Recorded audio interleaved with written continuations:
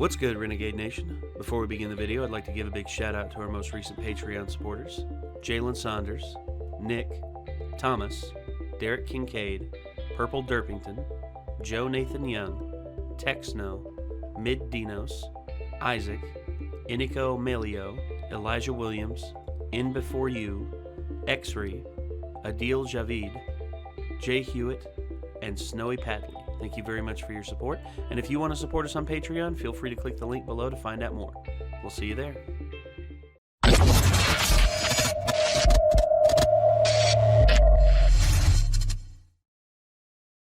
You know, when a franchise as beloved as Banjo Kazooie just outright gets thrown on its head and completely reworked into something that is not good.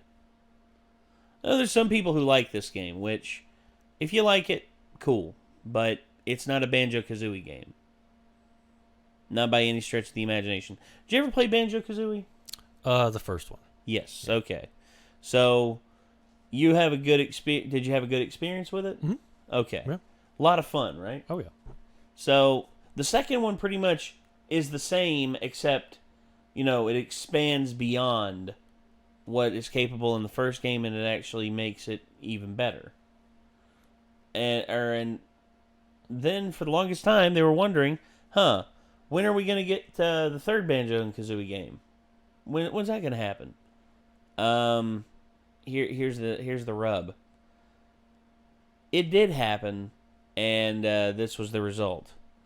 So, when Rare made the first two Banjo Kazooie games, they made them for the Nintendo 64. And I was hoping that they would stay with Nintendo, because it seems that they were creating some pretty interesting stuff for Nintendo. I mean, they did the Donkey Kong Country franchise, Donkey Kong 64. They did Jet Force Gemini, which was really good. They did Banjo Kazooie. They did Diddy Kong Racing, and they also did Conker's Bad Fur Day, which is such a hilarious game. And for this to come out of Banjo Kazooie, it's sad, actually. It's really, really sad. But we got the JonTron video, Banjo Kazooie Nuts and Bolts queued up here. Let's give it a watch and let's see what John's got to say, because I'm interested to see because he's a huge fan of these games. I'm interested to see what he's going to say.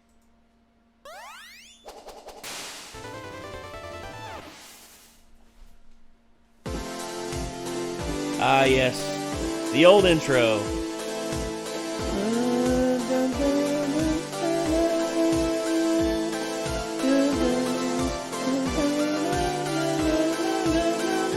JonTron.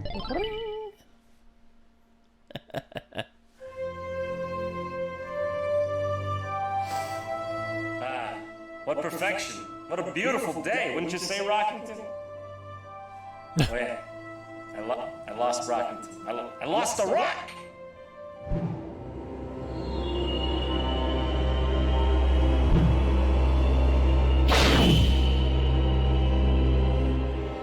Well, I do believe I've forgotten why I'm standing here. I guess I'll go back inside.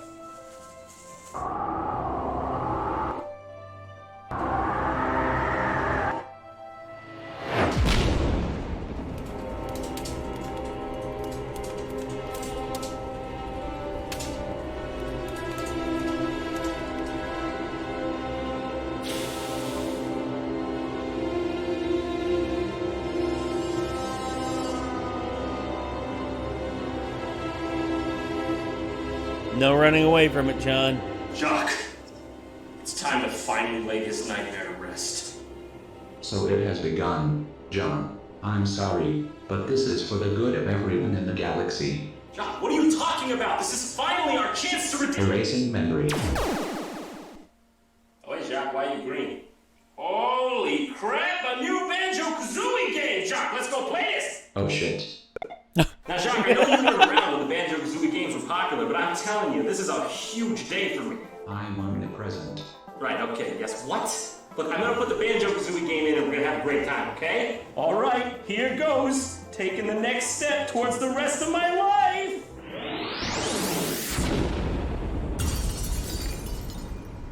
Yeah, okay, yeah, okay, yeah, okay. Jacques, why did you do that?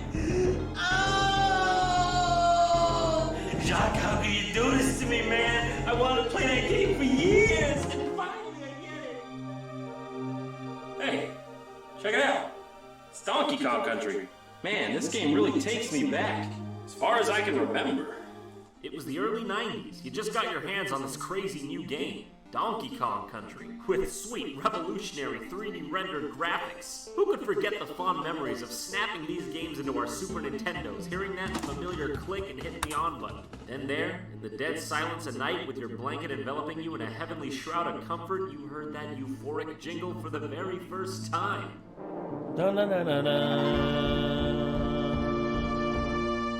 From that moment on, it was clear. It was obvious. It went without saying. You didn't play Rareware. You lived them.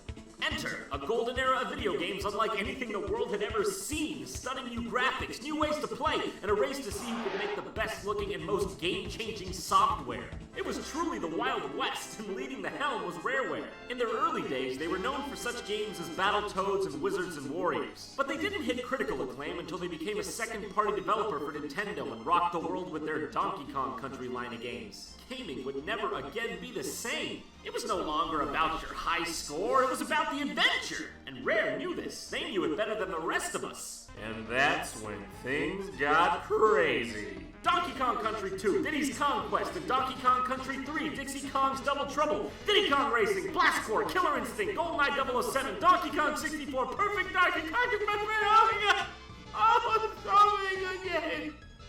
That's the thing that was so, seriously, no pun intended, rare about Rareware, is that they were like the Beatles of video games. They could take on seemingly any genre of gaming and set the bar while they were at it. Their lineup from the early 90s to the year 2000 was something I can only describe as, it's sublime, it's godlike, it's good. But we're forgetting someone, aren't we? Aren't we? That's right, you didn't think I could possibly overlook Banjo Kazooie, did you? I mean, look at the title of the video. I was probably gonna mention it. What's so great about Banjo Kazooie, you ask, huh? Well, I'm just not even sure I can put it into words, but I sure as hell can try. Ever just looked across a misty shoreline, gazed over beyond the horizon, and said to yourself, what if?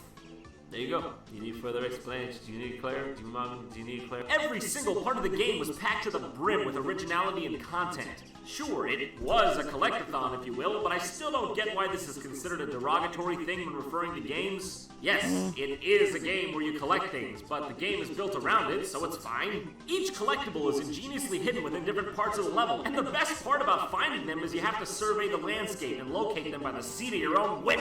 There's no waypoints, okay? It's not like, Bravo Team, Derryn Burt, meet us at Alpha Point! There's none of that. And of course, it must be said that Banjo Kazooie had a freaking awesome sequel called Banjo Tooie. It's pretty dang rare. Well, yeah, there it is again. When you're graced with a sequel of that quality and size. But then, something terrible happened.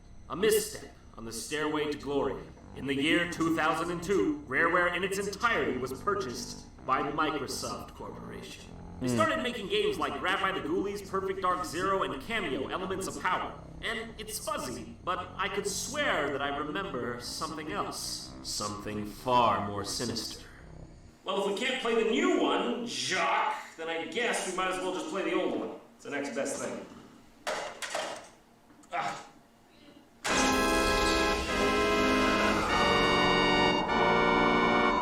Oh.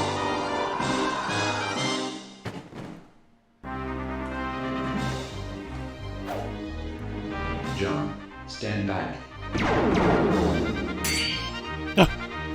Oh, no! Jacques! And that's how you skin a cat. Burt, I don't care, let's play the game already. Whoa.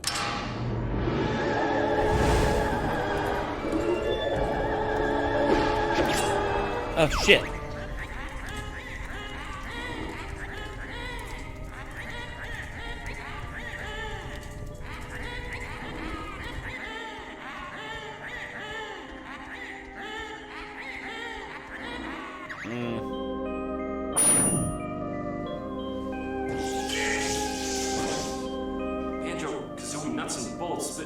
Hudson. Oh, no. Oh, no! Yep. No! Chuck, I'm sorry, man. I didn't realize. Please register me. I guess there's only one thing to do now. It's a pile of ashes talking to you. Well, here it is. Banjo Kazooie.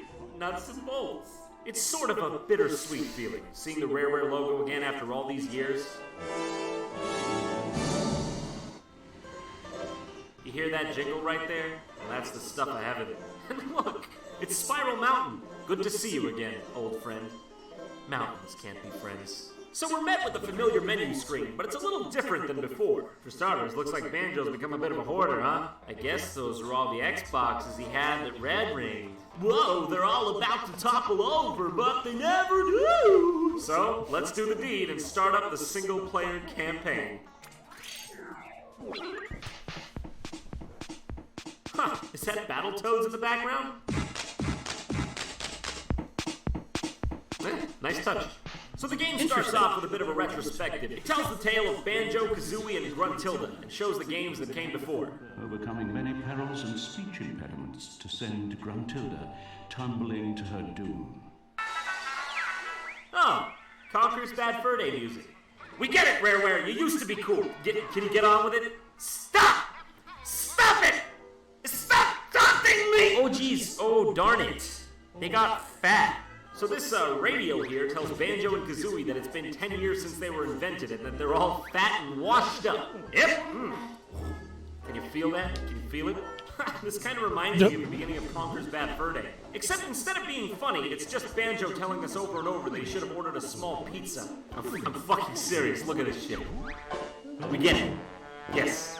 Yeah, okay, small pizza. Why you always be telling me this? Oh, I'm in trash. How did I get there? So they meet up with Grunty again, and it's like old times. Oh shit, here we go! The fuck? I didn't pause. I didn't fucking pause the game in unfiltered Comic Sans. Oh, I guess it was Tweedledum over here that did it. So this guy calls himself the Lord of Games, or a log. Yeah, this game reminds me of some certain kinds of logs. Like these ones! Your name is odd and you look a bit queer? You gotta understand, she's from a different era. Man, this sure does follow up on the spirit of Banjo Kazooie games subtly breaking the fourth wall. If you spell subtly like this. Now then, Subtlety! in line with your Banjo tradition, your challenge will consist of collecting as many pointless objects as possible. Whoa! You just hold on a second! Get it? Because Banjo Kazooie was totally this tedious? Holy shit! No, it's too painful to watch. Yeah, you got that part right. Gamers today don't want all this, they just want to shoot things. But as we're broadening the demographic, I'll have to think of something original. Something original, huh? Broadening the demographic? Alright, I'll bite. What exactly did you guys have in mind?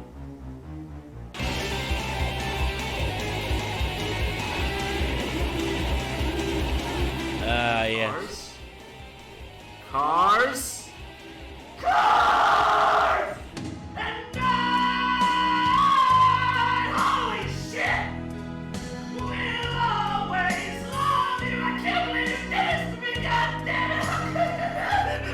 I can sit here and be shoveled shit all day. How could you do this to me? No one can tell me that anyone, anywhere thought this was an okay thing to do! Why? Why would you take a fucking Banjo Kazooie game, one that we've been waiting for years, and make it about fucking Lego cars? No, I must calm myself. Let me go ahead and try to explain this, how do you say, very well justified rage. Let's go back to the roots of the problem. And maybe, if you don't already see it the way I do, you might just change your mind. Flashback to the year 2000. You just beat Banjo Tooie and you hear Gruntilda say those beautiful words. You just wait until Banjo 3. Flash forward to late 2006. 6 whole years after the release of Banjo Tooie. Fans of the series were graced with something wonderful to hold on to. Something that made the coming years look brighter than ever. A real, next-gen Banjo Kazooie game. Her secret wishes were finally realized. realized we were once again privileged to experience that lost genre of video gaming's adolescence. A new, big-budget 3D platforming game. Banjo coming back, baby, and we were happier than ever. Only, do you see anything wrong here? I don't know about you, but I don't see any cars, or boats, or planes. All I see is the promise of something so beautiful. Excuse me, it's so beautiful. Oh God, I can't stand to look at it anymore. So here we are at Showdown Town. Great, looks more like a bad custom Counter-Strike map. Oh good, I get to move around finally. Oh, good, a tutorial on car parts. Oh, you know you're doing something wrong with your game if the first 3 hours isn't menus. Good, I just did. Make a car. I don't even want to kill myself right now. This is a sin. This is a true sin. An ultimate crime against the entire gaming community. I mean, what if after Super Mario World, Nintendo came out with a teaser trailer for Super Mario 64, and upon release day, you were greeted with Mario City Simulator! And then you turned on the game and Shigeru Miyamoto's Ghost comes out like, oh, fucking who likes the old Mario games, am I right? BRB! Making Legend of Zelda Modern Warfare! So pretty much, there are level games all around, almost exactly like Mario Sunshine. Like I said, pretty much exactly. What do I do? No, seriously, what do I do? No, seriously, what do I do? No, I'm fucking serious! Ladies and gentlemen, I plucked a whale from the ocean and he sounds like a seal.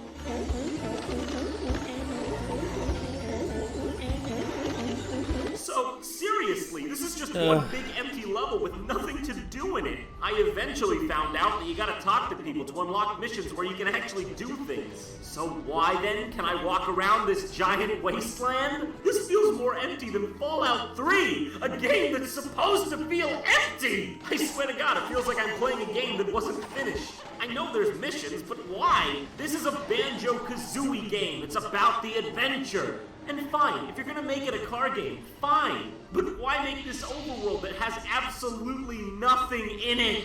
Let me guess. Is it perchance because the last games had overworlds that had things in them? Is that why? If you're trying to live on your predecessor's success, that's fine. But you can't change the game mechanics and still keep the old level design! That makes no sense! Yeah. But I'll tell you what does make a little bit of sense to me. Now, I can't prove it, and I haven't read anything confirming it, but consider this the intuition of a seasoned veteran of the early video game industry. Based on this old trailer and these barren levels, it would seem to me that Banjo Kazooie Nuts and Bolts was actually going to be Banjo 3 at some point. Like I said, I can't prove it, but it would make this all make sense. And you know what? If they had gone through with it, I bet it would have been a decently good game. I mean, I don't know if it would have lived up to the originals, but the assets are all here. The graphics are pretty appealing, everything is stylized, and Banjo actually controls pretty satisfyingly on the ground. And I'm not kidding, the atmosphere in some places is actually pretty fantastic. The real part of the game is boring. I don't even care. Do you care? Do you fucking care? I don't care. Maybe I can end the game early by killing Gruntilda while she's in the open! Get it! Get it! Kick her ass! Seriously, this ain't funny anymore. This is now called JonTron. Even though you may not believe this, I hate the fact that I have to hate this game. In an era where developers are piss scared to take a tiptoe outside the proverbial box, it's actually nice to see something with a hint of originality. But this is not the way to do it. This should have been called Tip-Top. This is not the way. Why slap Banjo Kazooie on this? I respect the idea, but come on, guys, you're better than this. Fuck you! Oh, I'm sorry, I was out of line. I can't do this anymore. I don't care if I have to sit here forever. I'm not playing any more of this goddamn game! No.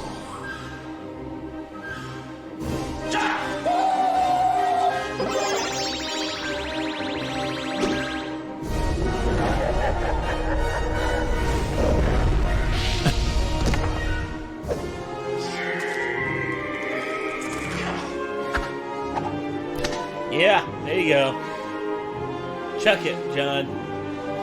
Chuck it to the bottom of the ocean.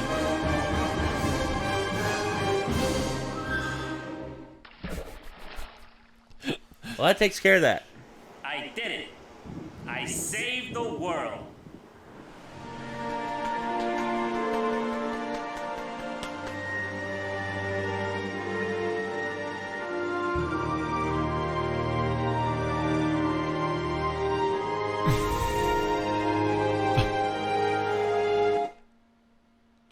Can I do a cliche, please? I couldn't do it. I about thought that the computer died again there for a second. That was a weird blip. I'm just like, no. I think it unceremoniously cut off during the credits because they were obviously all John Jafari. Yeah, quite literally, all John Jafari. So, oh god, that game. That was rough. I didn't actually know anything about that game. You didn't? I played the first Banjo Kazooie. I didn't play Banjo Tooie, but I knew it was good. I mean, similar to the first one. I knew nothing about nuts and bolts. Be thankful, man. That's horrible. Oh yeah, it's something atrocious. It's something awful. I mean, that's effectively. You know how incrementally video game companies make improvements on certain video games, or at least you hope they do. Well, for instance, Bethesda incrementally improves on their work with the Elder Scrolls franchise. Be careful who you say that around. No, because it's like because a lot of people love Morrowind, a lot of people like Oblivion. Elder Scrolls fans are like the angry Scotsman from The Simpsons. Okay, so it's like, careful what you say about that. I'll come back and I'll clatter you across the face. It's like Morrowind fans are the natural enemies of Oblivion fans. Oblivion fans are the natural enemies of Skyrim fans. Meanwhile, Elder Scrolls fans, they ruined Elder Scrolls. Meanwhile, I'm just sitting here like, is it too much to ask for both? Apparently so, because now that they're rebuilding Oblivion and Morrowind into the Skyrim engine, Skyblivion and Skywind, which I think I've seen their thing for Skywind, and it's just it's crazy to see that. It's crazy to see everything updated into the modern era, and also a game that in terms of gaming franchises that went downhill after certain things. Rare actually had that happen with what's it called? The Perfect Dark franchise, because Perfect Dark was good, Perfect Dark Zero was okay, and so far they haven't really produced anything else. And a lot of people are saying, well, diminishing returns. For instance, Fallout 3, regarded as one of the best games of all time. Fallout New Vegas, buggy, but also considered one of the best games in the franchise. Like, New Vegas fans are hardcore. Like, yeah. a lot of people believe that New Vegas is like the real Fallout. Yeah, and because that was Obsidian was like Reformed Black Isles, so a lot of purists. Yeah, they're just like, there's like, yeah, which that's I gotta say, our like, game. New Vegas is freaking great. Oh, it is. It is. New Vegas is really good. And then we had Fallout 4, which was good, but could have been great. From what I played, I enjoyed it. I just didn't like how before it was like you became the character and played however you wanted. Fallout 4, it was voice acted, which was impressive, but it's like there was no role playing. Like, they already had the roles built for you. Yeah. And that can be an issue with certain RPGs, but I will say this. For Fallout 76, boy, did they shit the bed with that game. I thought that was going to be so cool. Oh, no. Well, here's the thing. I was hopeful but skeptical. Did you see the live stream where we watched that its debut trailer? It was my opinion that at that E3 that Bethesda crushed it. Well, I thought that all we got was a lot of tease and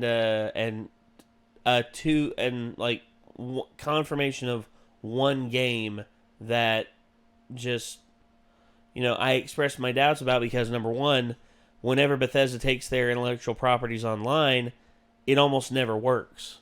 At least for the first couple years, because Elder Scrolls Online now is a pretty good game. But Elder Scrolls Online for like its first year and a half, 2 years, was a nightmare to program and everything, and they didn't have enough time. And with that being said, though, Bethesda, with what they did with Fallout 76, is wrong in so many ways because it's just, there's so much wrong with that. I remember when we did that live stream of the Bethesda announcement thing, we got railed in the comment section. So many people saying that we had an agenda, that we had this and we had that. And all we did was express our doubts that it would be ready in time and that it would be, that it would work. And look at the state of Fallout 76 now. It's still a buggy, broken piece of shit. I mean, don't get me wrong. I love the fact that, online RPGs and stuff like that are a thing. And honestly, I've been playing Star Wars The Old Republic, and dude, holy crap. Have you played any of it? No, I never had an Xbox. Well, it's not Xbox. It's on PC. Well, never really PC game, just to be honest. Well, fair enough. Or wait, didn't KOTOR come out on the Xbox? It did. No. Knights of the Old Republic is one game. Yeah. The Old Republic is something else. It's literally an MMORPG all online in the Star Wars universe set during the Old Republic era. Okay. So that's Star Wars The Old Republic. Yes. Okay. Not Knights of the Old Republic, just the Old Republic. Yeah. And it's a lot of fun, dude.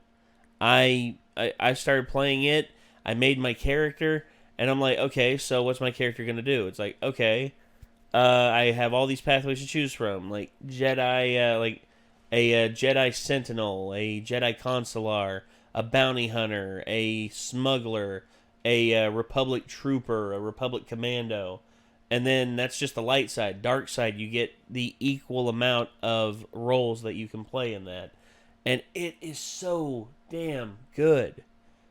I've loved it so far. I mean, I've not had any issues out of it. I've had a huge amount of success just playing it and having fun. And that's kind of what you want out of a game. You want it to be fun. And I played Banjo Kazooie Nuts and Bolts, and it was not fun. I was like, okay, it's like some decent mechanical puzzles and everything, but why are we doing this again? What's the point? And there really was no point. That's just the way the cookie crumbles, I guess. All right, well, ladies and gentlemen, that was JonTron, Banjo Kazooie Nuts and Bolts. I hope John and Jacques recover from this, and I hope that they're able to. I know they continue because this is a long time ago, but still, though, I mean, this probably left some scars on them, scars that will never heal. And anyway, ladies and gentlemen, that's gonna do it. So I guess until next time, signing off. I'm Nate, Micah, and we'll see you in the next one, everybody. Peace out.